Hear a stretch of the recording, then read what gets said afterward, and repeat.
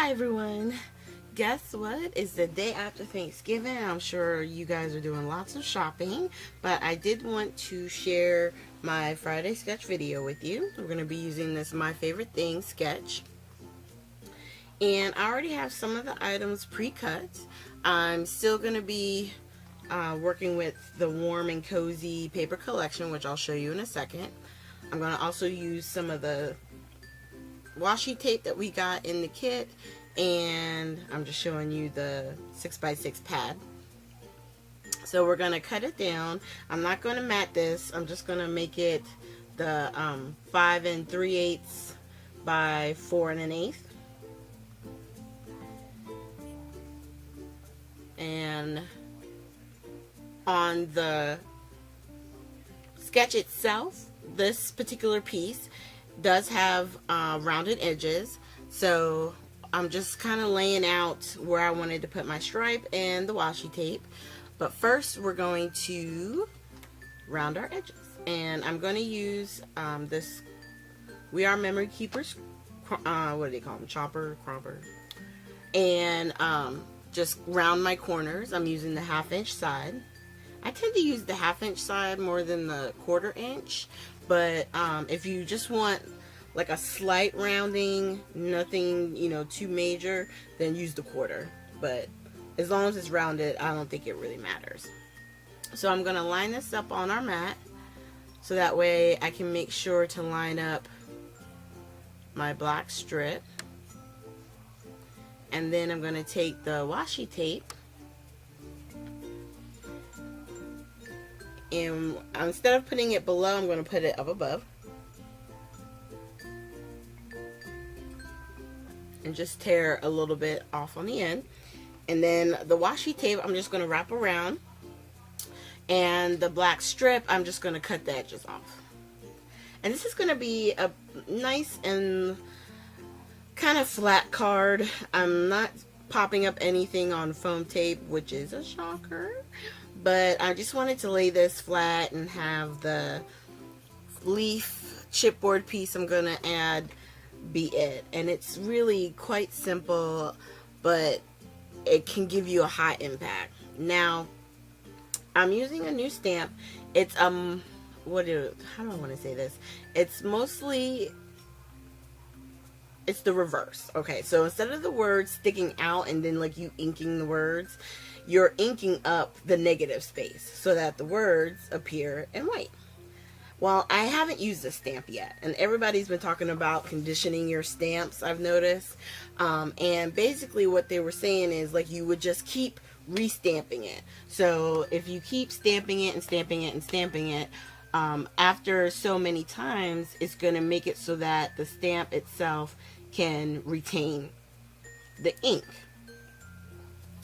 And sometimes that works, because you don't want to take a brand new stamp, ink it up, and just stamp it right on your project. Most likely you're going to be mad and have to redo it. So I've found the best method is with the MFT tool. I was able to line up my tag. I cleaned off my stamp because I was practicing and trying to condition it that way. And I'm just going to lay it down, try to get it as straight as I possibly can.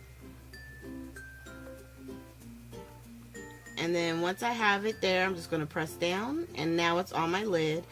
And I did find it, instead of stamping the stamp onto the ink pad, it was easier using the ink pad to stamp the ink on it. And I think it gave it a really good coverage on the first pass, which was better than my other ones. But I did it again just so that with the MFT tool, the benefit is you get a nice crisp stamped image. It's just, and it's so easy. Look how much brighter and vibrant that black ink is with the using the MFT and stamping it twice. Really? So if you don't have one, I know there's lots of places or different companies that are coming out with their version. I like the MFT. I like the fact that this young lady really created this and pushed it out there. So that's what I use. All right, so we're just going to tape down our focal paper there, and then I'm just going to run the tape around the tag itself. And I thought about putting it on a weird angle, and then I just decided to kind of keep it as straight as I can. It might be slightly off, but it worked either way. So for the chipboard piece, I decided that I wanted to put that down with the matte medium, the multi-matte medium, excuse me. And I'm just squeezing it. My bottle is getting really low, and I think I have an order that I just put in for some more, so I can't wait for that to come in. That's the one thing, like whenever someone says like, what's the one tool you can't live without? You can never pick just one, right? Well, for me, my two would definitely be the multi-matte. I love that stuff, especially for putting down embellishments. And right now, the other thing would be foam tape. I think we all go through seasons, right? All right. So what I'm doing right now is I'm just trying to figure out something needed to go into the top of the tag. I like the tag look, but it had a little punched hole, and I was thinking I needed to put something in there. So I'm just going through my ribbon collection, and I found a dark brown twine that I'm just going to kind of unravel here and cut a section off of. And then what I decided to do was double it up, and then I'm going to lift up the tag a little from the card, just enough that I could slip the twine here through, tie a knot, and then a bow. And then I'm just going to trim or cut where my fold was, and then once I fiddle with the bow here, I will trim it down. And that's what you do, especially when it comes to, you know, tying bows and stuff. Most people, everyone thinks the people who do really good jobs, they just started. They had to start somewhere too.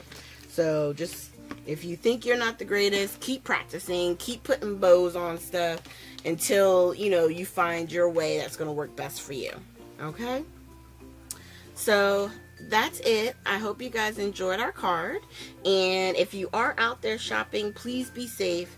If you are, you know, shopping online, have fun, and we will see you guys with our next video. Have a great one.